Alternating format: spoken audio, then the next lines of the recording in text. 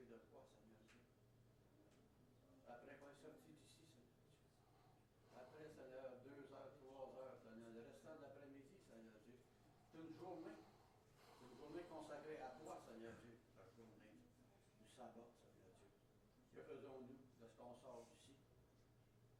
On se rend devant nos écrans, nos téléphones. On est là, Seigneur Dieu. Que faisons-nous le restant de la journée? Une journée consacrée à toi, Seigneur Dieu. Seigneur veut qu'on porte notre regard et nos pensées sur lui. Non pas, Seigneur, on te rentre à 9h15, 9h30, 10h, qu'on sort à midi. Pas 3 heures par semaine, Seigneur Dieu. Il veut nous avoir au complet. Car les jours approchent. Et puis, ça peut être là. Seigneur, ça rend grâce de nous instruire, Seigneur. Nous rappeler à l'ordre, Seigneur. Car, Seigneur, oui, c'est la vérité qui nous sera apportée. Seigneur, tu vois nos cœurs beaucoup plus qu'on peut les voir nous autres mêmes, Seigneur. Mais porte-nous attention à cet avertissement. Aussi, nous prononçons à la légère le temps que nous sommes ici. Seigneur, remplis-nous, Seigneur. On crie, mais ça laisse combien de temps? On se vide aussi vite qu'on sort d'ici ou qu'on continue à demander de se faire remplir à la journée longue, Seigneur Dieu, devant toi tous les jours de la semaine. Gloire à toi, Seigneur. Amen. Pendant qu'on louait le Seigneur, la louange, je voudrais faire la différence dans ce moment d'espérance.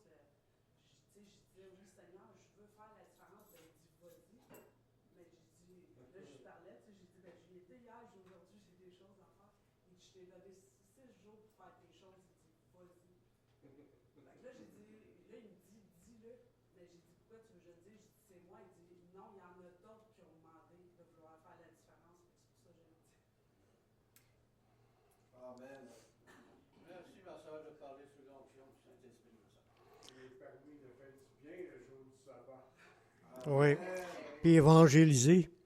D'après-midi, on s'en va dans le parc à Verdun. S'il y en a qui veulent y aller pour aller évangéliser, on va chanter des chants avec l'église qu'il y a là. Puis il y en a qui vont venir pour passer des pamphlets. S'il y en a que ça les intéresse, gênez-vous pas. C'est une occasion.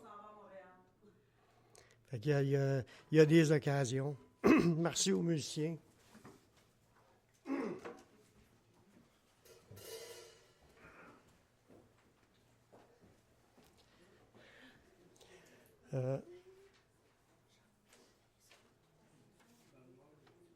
On va tout de suite après, on va faire la Sainte-Seine.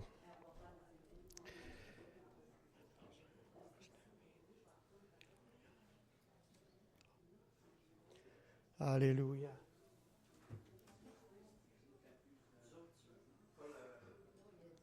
Ah, l'offrande, ouais, un ou l'autre, on va faire la Sainte-Seine tout de suite. On va faire l'offrande après. Alléluia.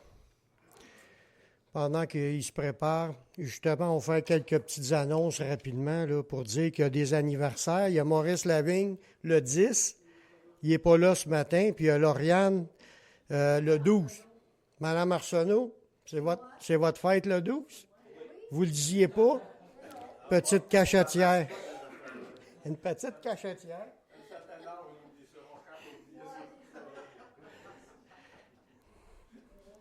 Gloire à Dieu.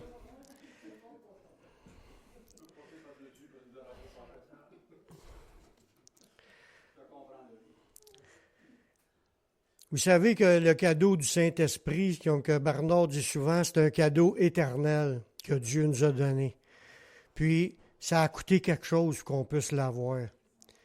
Puis, je vais le dire dans le message, je l'ai dit la semaine passée quand j'ai prêché, que si on ne reçoit pas le Saint-Esprit, on n'appartient pas au Seigneur. On n'est pas sauvé. Puis si on l'a reçu aujourd'hui, merci Seigneur d'avoir reçu le Saint-Esprit. C'est quelque chose qu'on ne pouvait pas avoir par nous-mêmes. Ça a coûté quelque chose pour que ça puisse nous être accessible. C'est Jésus qui a payé le prix pour que sa mort sur la croix, son sang qui était versé, toutes les souffrances qu'il a endurées, c'est par ses meurtrissures qu'on peut être sauvé, que le Seigneur nous a pardonné puis qu'il nous a accueillis Aujourd'hui, on peut avoir le Saint-Esprit gratuitement. On peut s'abreuver à son esprit tous les jours. Grâce à Jésus, grâce à sa mort.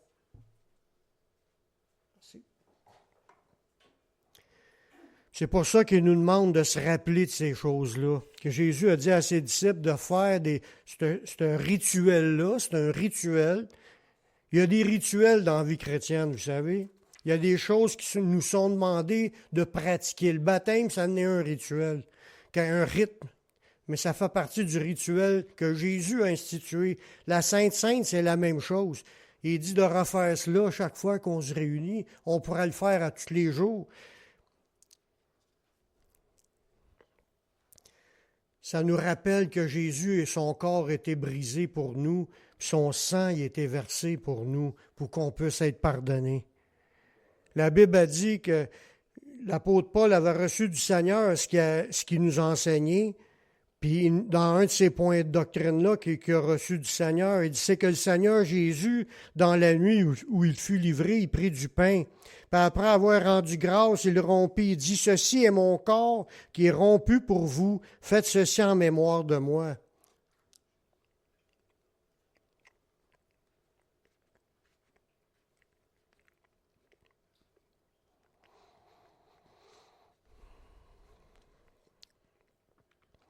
De même, après avoir soupé, il prit la coupe et dit, cette coupe, c'est la nouvelle alliance en mon sang. Faites ceci en mémoire de moi.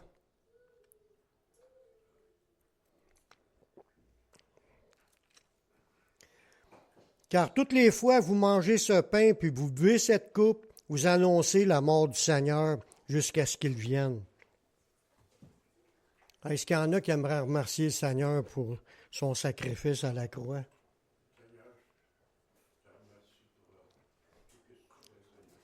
Merci Seigneur.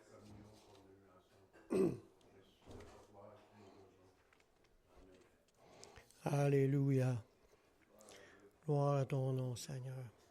Oui, merci Seigneur de ce grand sacrifice que tu as fait. Tu as descendu du ciel où tu étais adoré par des milliards d'anges. Oui. Tu es venu sur terre, tu t'es fait petit enfant. Tu as grandi, puis tu as répandu la parole, la pensée de ton Père que tu as mis dans nos cœurs. Puis tu nous as donné ton Saint-Esprit, Père. Tu nous as donné ton Fils et ton Saint-Esprit, les dons éternels. Fait qu'on n'oublie jamais cela, Seigneur. Ces dons-là sont des dons éternels. Grave aujourd'hui ta parole dans nos cœurs et dans nos esprits pour ne pas qu'on oublie. Parce que ne permet pas que nous devenions des auditeurs oublieux. Mais rends-nous vivants, et donne-nous des flammes de feu, remplis du Saint-Esprit pour confesser ton beau nom devant tous les hommes de la planète. Parce que tu veux que tous les hommes soient sauvés. On te rend gloire, Seigneur, pour tout ce que tu as fait et que tu vas faire encore pour nous. Merci à l'avance, Père. Alléluia, merci pour tout, Seigneur. Merci pour tout, Seigneur. Alléluia. Oui, Seigneur, merci pour ton pardon. Tu nous pardonnes facilement. Il ne faut jamais oublier que ce pardon-là a un prix, Seigneur. Merci pour ta grâce. Amen. Merci, Seigneur. Oui, merci, Seigneur. Seigneur, tu es à tous les jours avec celui qui t'a donné sa vie, Seigneur. Oui. Ne l'oublier jamais. Même si on pêche, on a auprès du Père un avocat. On se relève et on recommence. Oui, c'est vrai qu'on n'est pas toujours à l'écoute, on n'est pas toujours fidèle. Mais on t'appartient toujours. Oui. Oui, tous les jours, Seigneur. On te remercie, on te rend grâce pour tout ce que tu fais. Merci, Seigneur. Merci, Seigneur. Alléluia. Amen. Merci, Seigneur. Alléluia. Gloire au nom du Seigneur. Quel privilège qu'on a d'être là, dans la présence de Dieu, en pleine connaissance, pleine conscience qu'on est sauvé, puis qu'on lui appartient. Puis c'est rien qu'une question de temps qu'on se retrouve là. Amen.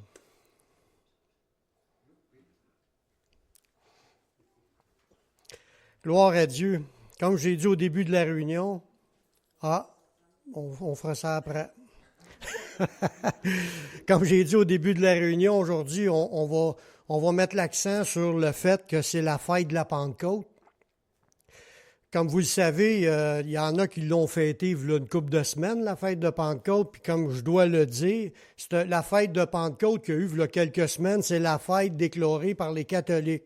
La religion catholique, ils ont changé la manière de procéder pour la fête de Pâques et la fête de Pentecôte. Ils ont changé la date de Pâques, ils ont mis ça pour que ça tombe tout le temps un dimanche pour Pâques, eux autres. Puis c'est pas nécessairement, c'est pas ça que la Bible a dit du tout. Je vous ai enseigné que ça se fiait selon le calendrier lunaire. La fête de Pâques, c'est le 14 du mois de Nissan, c'est au printemps à chaque année, mais c'est le calendrier que Dieu a choisi, puis la date que Dieu a choisi. Puis la fête de Pentecôte, c'est 50 jours après le premier sabbat de la fête de Pentecôte, de la fête de Pâques. Fait que quand il y a la vraie fête de Pâques biblique, 50 jours suivants, la première journée après 50 jours, c'est la fête de la Pentecôte. Pentecôte veut dire 50. C'est la fête de la moisson. Puis le titre du message aujourd'hui, je vais vous parler de la Pentecôte, c'est l'envoi de l'Esprit de Dieu. C'est ce jour-là que Dieu a choisi pour répandre son esprit avec effusion sur toute chair. Sur tous ceux qui s'approchent de Dieu, ils peuvent recevoir le Saint-Esprit. C'est une fête incroyable. Dieu avait déjà décidé de faire cette fête-là dans l'Ancienne Alliance. La fête de la Pentecôte existait déjà, mais c'était la fête de la première moisson. Dans le calendrier des Juifs, vous savez que la Pâque, c'est au printemps. Tout de suite après ça, la première journée après la Pâque, il y avait la présentation de la première gerbe qui poussait. Puis 50 jours après, il y avait la première moisson, où ce qui ramassaient leur première récolte. Puis cette journée-là, c'était la fête de la Pentecôte. Puis le monde devait se réjouir de la première grande moisson de l'année. Puis ils en ont plus qu'une. Puis ça, c'est la fête, une fête de la moisson, mais du début de la saison, puisqu'il y a d'autres récoltes. Puis il y avait aussi une fête de moisson à la fin de la saison de l'été. Ça veut dire qu'il y avait 2 fêtes de moisson pour les Juifs. La Pentecôte, c'était la première, 50 jours après Pâques. Puis cette fête-là, c'était une fête de Dieu. C'est Dieu qui a décrété les dates d'après sa volonté. C'est pour ça que moi, je paye sur cet accent-là que faut se fier au calendrier de Dieu. Puis la fête de Pentecôte, cette année, elle va tomber mercredi qui vient. Ça va être la vraie journée de la fête de Pentecôte. Fait que si on veut se réjouir, c'est de souligner ces choses-là puis se rappeler que c'est une fête de réjouissance pour notre moisson. Si on a le ventre plein aujourd'hui, c'est à cause c'est Dieu qui a pourvu, puis il mérite qu'on lui donne la gloire pour les moissons. Mais Dieu il a choisi que cette journée-là, c'était aussi une fête prophétique. Vous savez qu'est-ce que vous comprenez, j'espère ce que je veux dire quand c'est une fête prophétique, c'est que Dieu, dans l'Ancienne Alliance, quand il décrétait des événements ou il décrétait des dates, il y avait des messages prophétiques annoncés à cause de ces décrets-là, qui annonçaient quelque chose qui était pour arriver plus tard. Comme la fête de Pâques, c'était la libération du peuple juif en Égypte. Ils ont été libérés de l'esclavage par le sang de l'agneau. Ils ont été épargnés de l'ange exterminateur, mais ça avait un message prophétique que Jésus, il est mort la journée de Pâques, puis ça nous permet d'être épargnés du jugement éternel. Amen. C'était prophétique. Mais la fête de Pentecôte, la fête de la première moisson, c'était aussi un message prophétique que Dieu voulait établir cette fête-là pour annoncer quelque chose dans le futur qui était pour arriver. Ça faisait partie de la 4e fête du printemps que Dieu voulait nous annoncer un message à travers cela. Puis cette fête-là a été fêtée pendant des millénaires. Depuis que ça a été donné, là, 2000 ans avant Jésus-Christ, par Moïse, qui a reçu la révélation d'établir cette fête-là. Les Juifs l'ont fêté pendant des milliers d'années. Puis là, Jésus est venu. Puis là, après ça, c'est les apôtres, puis les chrétiens qui ont fêté, et les Juifs qui fêtent le jour de la fête de Pentecôte depuis 2 autres 1000 ans. Ça fait 4000 ans que cette fête-là est installée. Puis Dieu avait un message pour nous, là, aujourd'hui, qui est encore un message valable. Puis vous allez comprendre la beauté de cette fête-là en regardant tous les passages qu'on va voir aujourd'hui.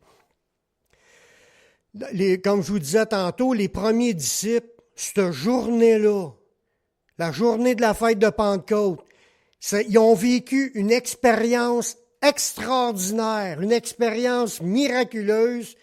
Puis cette journée-là, ils ont tous été remplis du Saint-Esprit. La Bible a dit qu'il était à 120 dans la chambre haute en train d'attendre selon ce que Jésus avait annoncé. Mais avant d'arriver là, je vais vous expliquer un peu les prophéties. Tout a commencé dans l'Ancienne Alliance, comme je vous disais tantôt.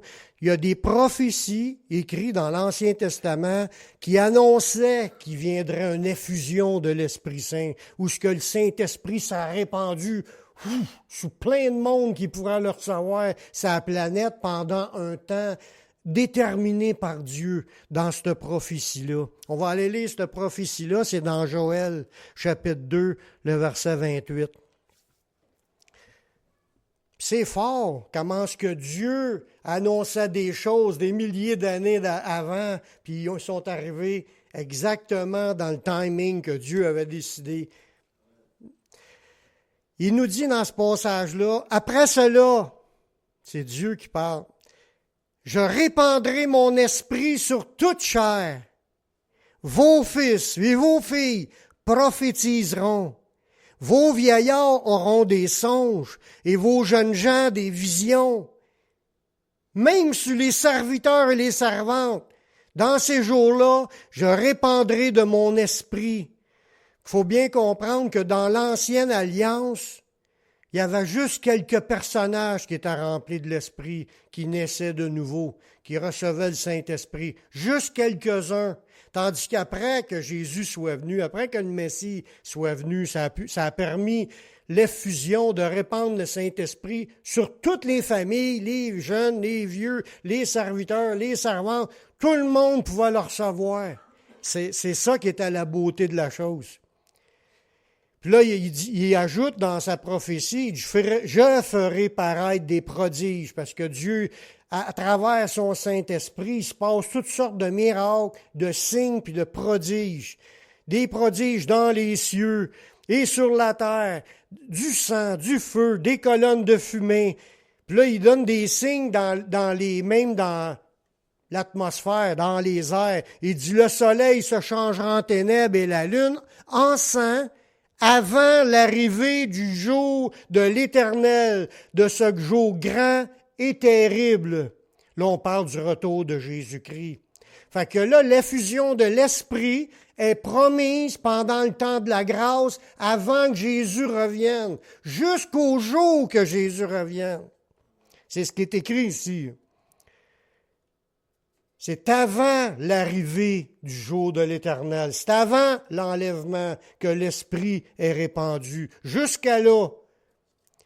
Puis dans cette période-là, au verset 32, il clôt avec une promesse. Alors, quiconque invoquera le nom de l'Éternel sera sauvé. Le fait que Dieu répande son esprit dans cette période spécifique-là, qui est la période de grâce, à partir du temps de Jésus jusqu'à temps que Jésus revienne, c'est le temps de la grâce, puis c'est le temps de recevoir l'esprit, puis quiconque demande à Dieu d'être pardonné, il va être pardonné. Amen. Gloire à Dieu. On est encore dans la période de grâce. Jésus n'est pas revenu. C'est encore le temps de demander pardon puis de recevoir le Saint-Esprit. Alors, quiconque invoquera le nom de Yahvé sera sauvé. Le salut sera sur cette montagne de Sion et à Jérusalem, comme l'a dit l'Éternel, parmi les réchappés que l'Éternel appellera. Puis on voit vraiment que c'est un appel.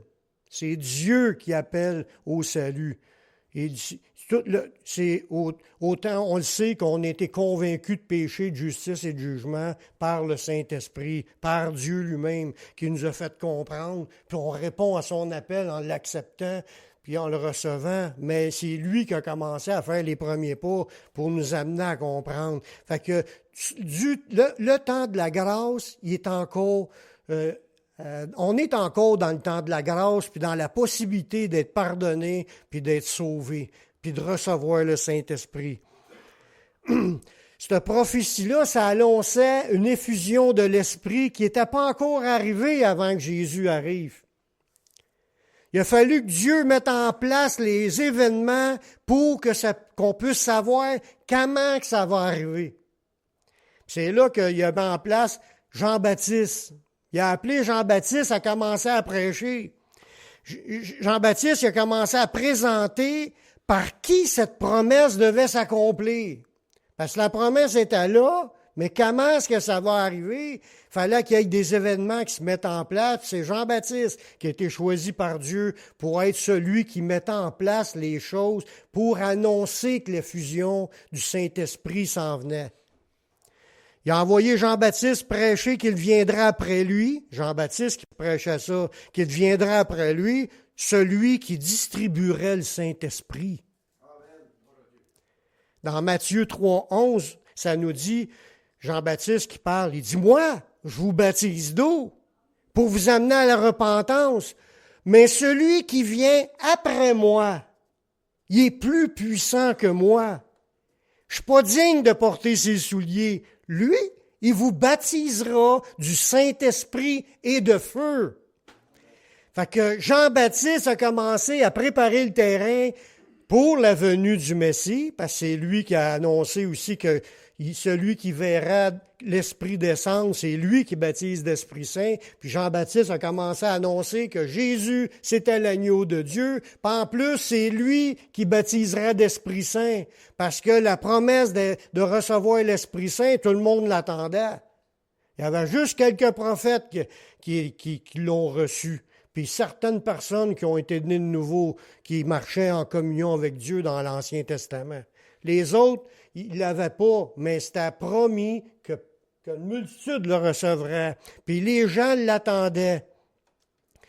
Puis là, le verset 12, dans ce passage-là, l'autre verset qui vient, il a son van à la main en parlant du Messie.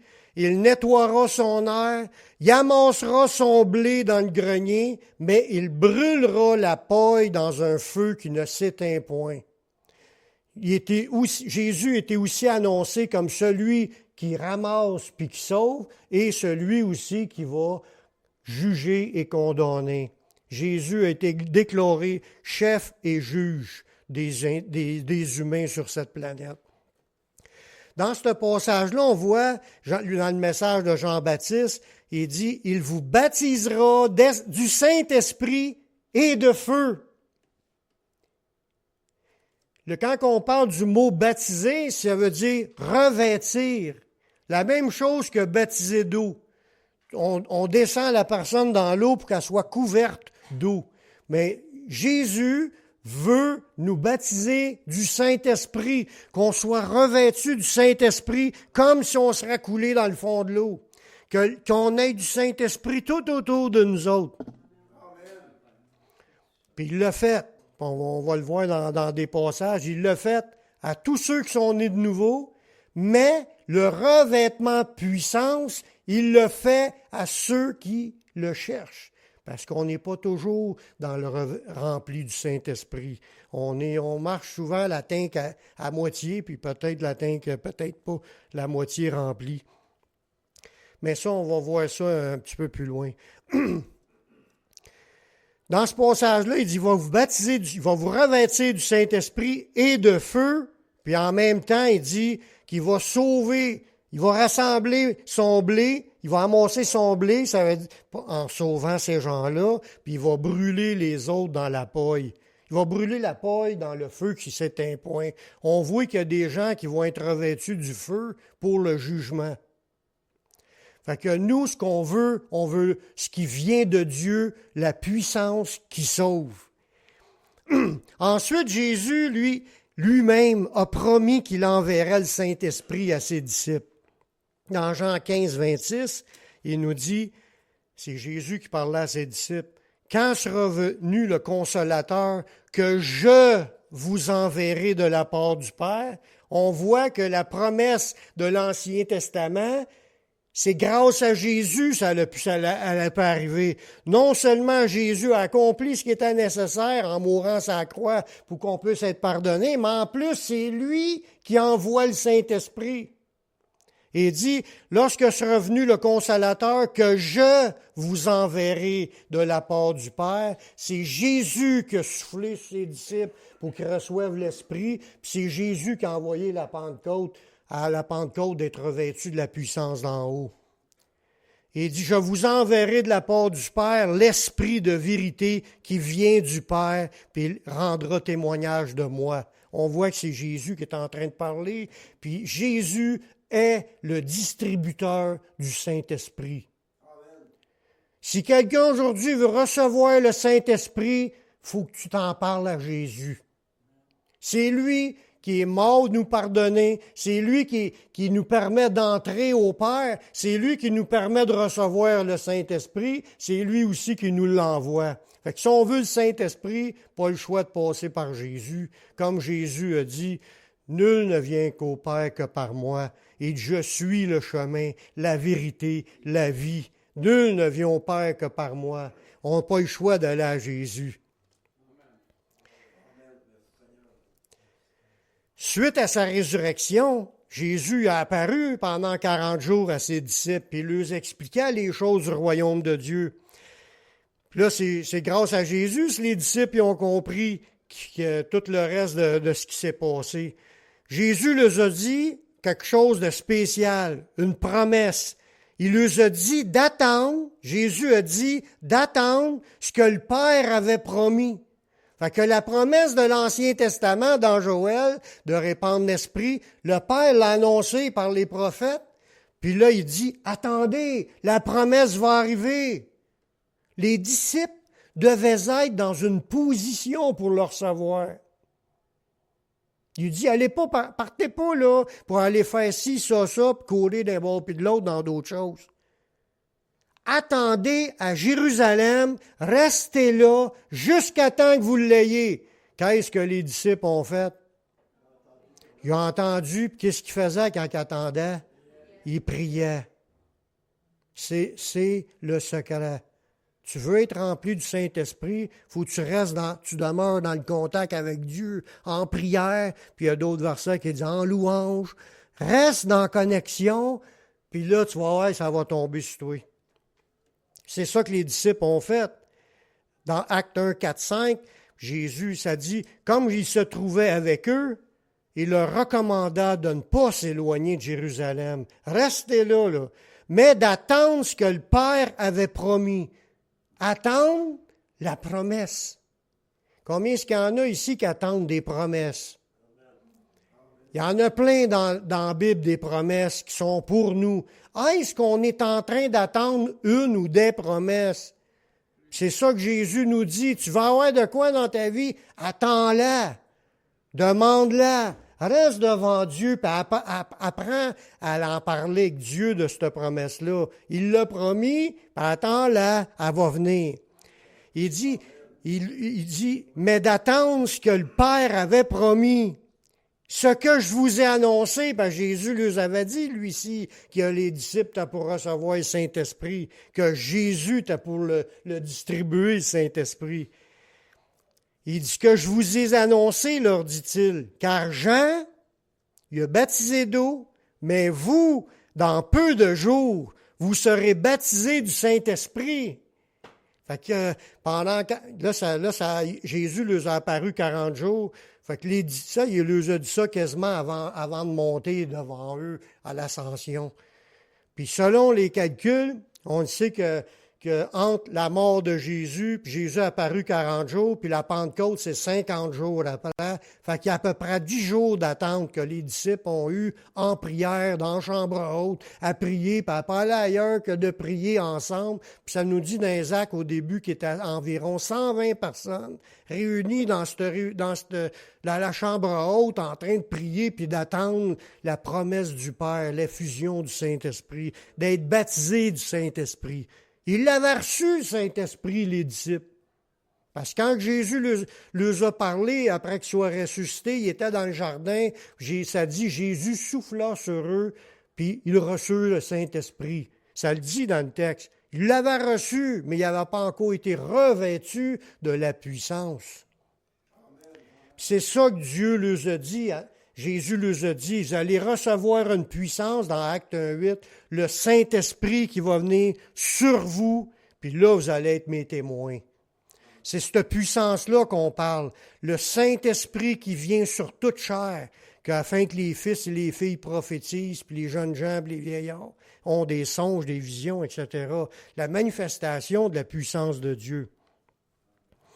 Lorsque les disciples étaient réunis en prière, le jour exact de la fête de la Pentecôte,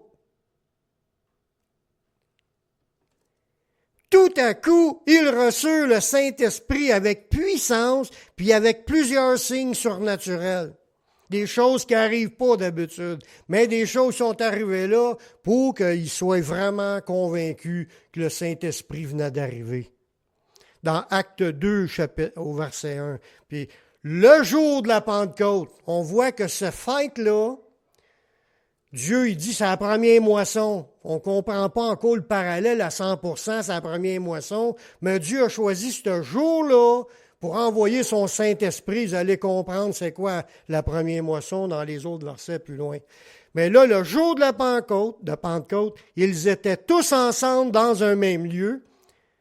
Puis là, dans les versets un peu plus en avant, comme tantôt je vous ai dit, il est environ 120.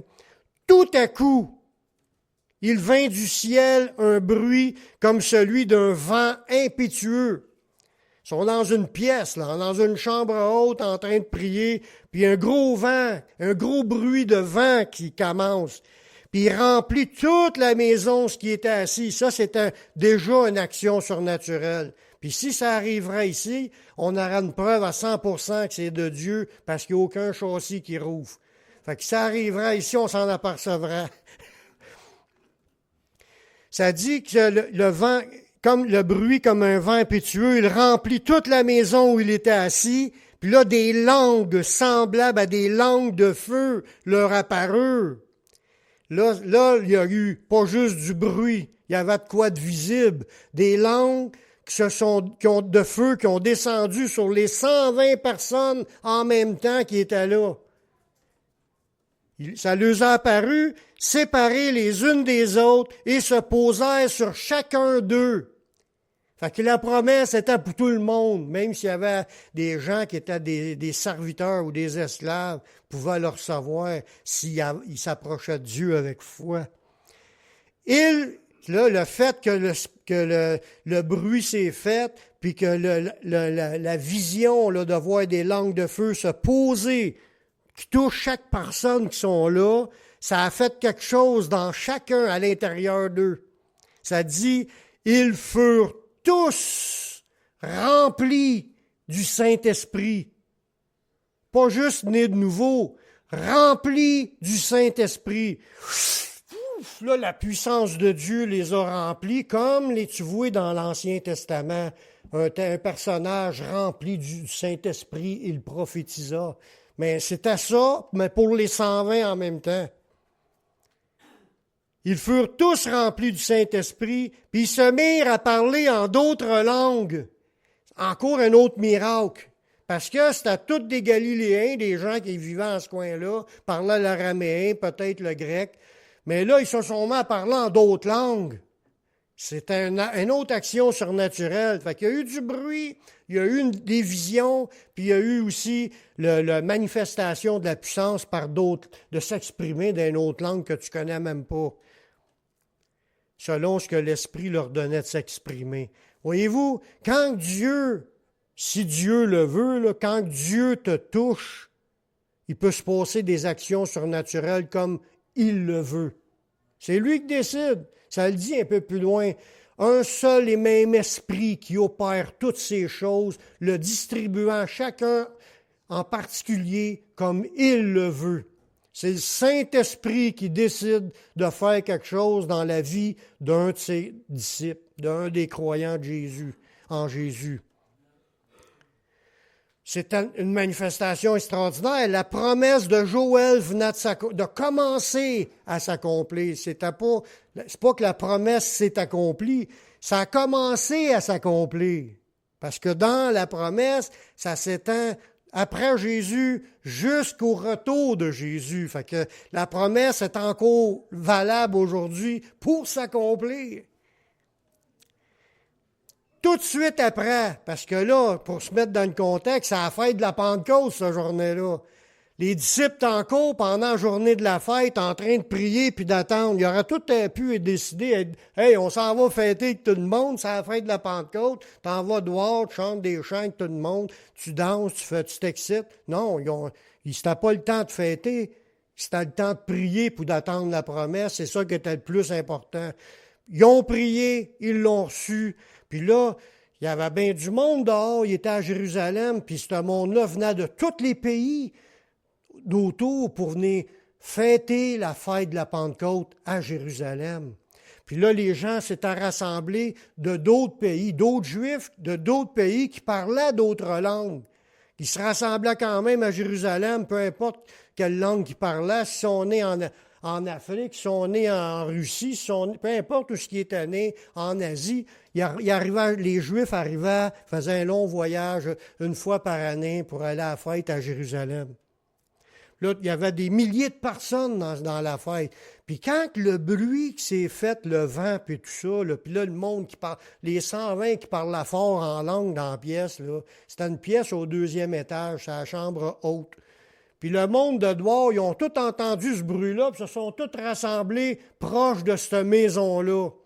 Fait que pendant que tout le monde parlait en langue, tout le monde était excité, rempli du Saint-Esprit. Bon, Pierre, il sort dehors, sur le perron. Ça devait être un perron au 2e étage. Ça faisait une belle place pour aller prêcher à toute cette foule-là.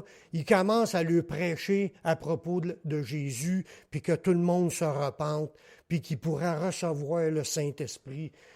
Puis là, le monde se demandait qu'est-ce qui se passait. Là, c'est une gang de gars sous. Parce que là, ils n'étaient pas sous, il est que 9 h le matin. Ils étaient déjà en prière à 9 h le matin.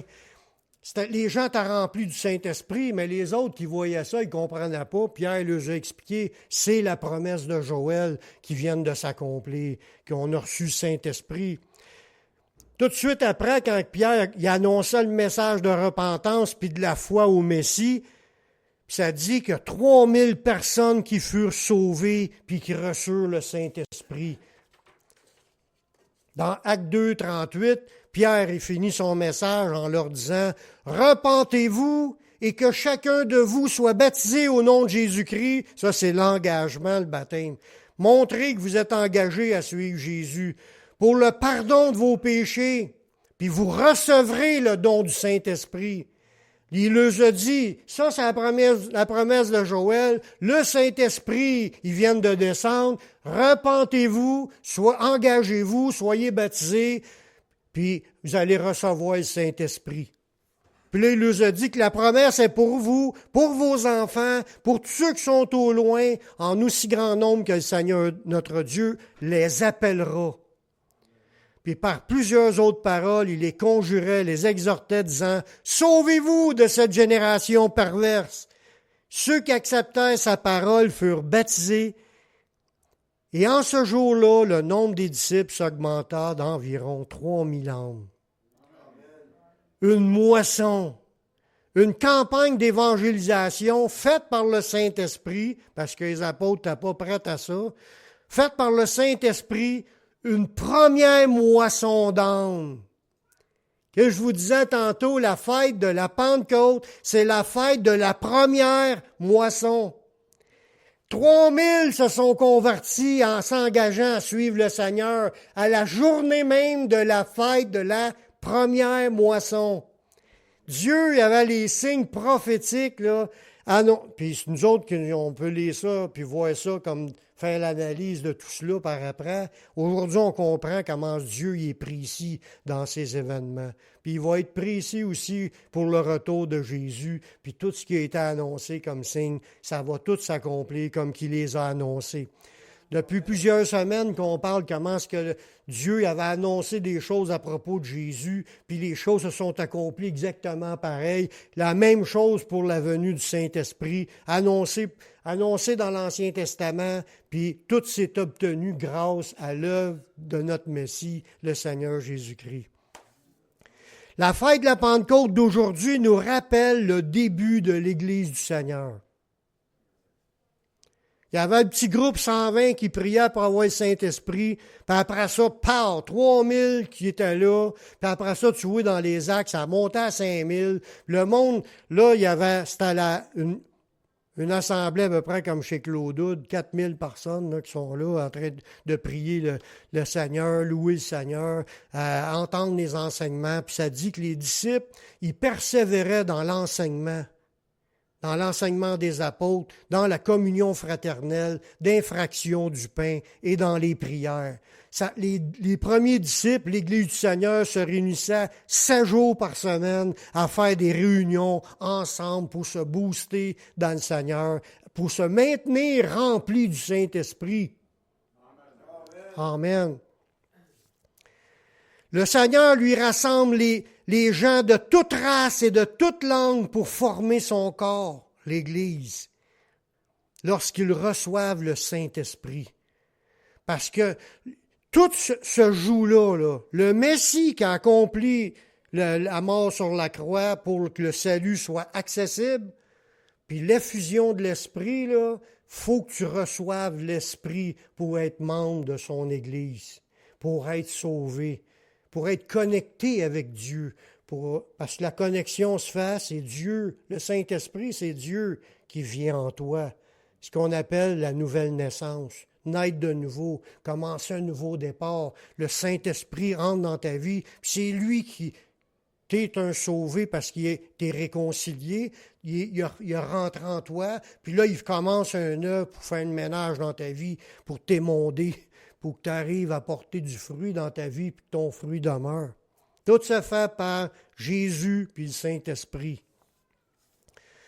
Dans 1 Corinthiens chapitre 12, verset 13, ça dit, en parlant de tous les chrétiens, « Nous avons tous, en effet, été baptisés dans un seul esprit pour former un seul corps. » Voyez-vous, le corps qu'on parle là, c'est le corps de Christ, l'Église. Quand tu viens à Jésus, première chose qu'il fait, il te pardonne, puis il te donne son esprit qui te revêt, qui fait que quand Dieu te regarde, il voit Jésus. Tu as reçu la justice de Christ, mais tu as reçu aussi le baptême du salut, qui fait que tu es sauvé et greffé au corps. Ça ne veut pas dire que tu as le baptême de puissance, tu as le baptême pour le salut. Il y a 4 sortes de sens pour le mot baptême dans le Nouveau Testament. Mais là, aujourd'hui, ce que je vous dis là, il y a le baptême de l'Esprit pour le salut. Puis c'est ce qui était annoncé dans la promesse de Joël, qui répandrait son esprit. Quiconque invoque le nom du Seigneur sera sauvé. Donc, ils sont baptisés de l'Esprit, mais pour le salut, mais il y a aussi le revêtement de puissance quand tu es rempli du Saint-Esprit, qui est une autre expérience. Mais ça n'empêche pas que tu es quand même sauvé en invoquant le nom du Seigneur. Il faut bien faire la différence, parce que des fois, les gens, ils n'ont pas de don surnaturel, mais sont quand même sauvés, sont quand même revêtus de Christ pour le salut, pour être greffés au corps. On est tous des membres de son corps. Tu sais, on mène de temps en temps. Et nous avons tous été baptisés en un seul esprit pour former un seul corps, soit juif, soit grec, soit esclave, soit libre. Et nous avons tous été abreuvés d'un seul esprit. Fait qu'on est tous en train de boire à l'esprit. Que tu sois un prophète, que tu sois un simple disciple qui passe le balai, on est tous greffés, puis on est tous abreuvés par le Saint-Esprit. Alléluia. 2000 ans plus tard, l'expérience de recevoir le Saint-Esprit est encore une promesse de Dieu valide. On est à l'an 2024, on est 2000 ans après Jésus-Christ, puis sa promesse est encore valide parce que je l'ai reçue. Puis il y en a d'autres qui l'ont reçue. Vous l'avez toutes reçue. Si vous êtes né de nouveau, vous l'avez reçu. C'est de naître d'en haut, c'est de recevoir le Saint-Esprit. Il faut que vous ayez cette foi-là, sinon vous n'avez pas la confiance que vous êtes encore sauvé. On va vous appeler encore à faire la prière de repentance tantôt. Des millions de personnes naissent de nouveau chaque année en recevant le Saint-Esprit. Des vies sont sauvées et transformées par la puissance du Saint-Esprit. Il y a plusieurs aussi qui marchent dans la puissance des signes, des prodiges et des miracles, comme cela est écrit dans Marc 16, 17, ça dit « Voici les miracles qui accompagneront ceux qui auront cru. En mon nom, ils chasseront les démons. Ils parleront de nouvelles langues. Ils saisiront des serpents. S'ils boivent quelques breuvages mortels, ça ne leur fera point de mal. Puis ils vont imposer les mains aux malades, les malades seront guéris. » Ça ne dit pas que tout le monde manifeste tous les dons. Paul le dit.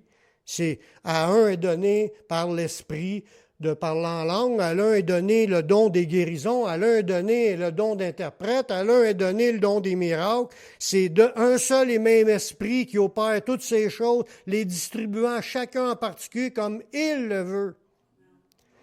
Fait que là, aujourd'hui, c'est pas dire « Oh, j'ai pas le don de prophétie, je suis pas sauvé », pas du tout. Tu as accepté Jésus, tu es pardonné, tu as reçu l'Esprit, ta vie a commencé à changer. Tu marches avec le Seigneur, même si tu n'as pas les dons, tu es sauvé pareil, tu es greffé au corps, tu es pardonné, tu as revêtu Christ pour ton salut, pour être greffé au corps. Les dons de puissance, c'est donné comme le Saint-Esprit les ajoute à qui qu'il veut.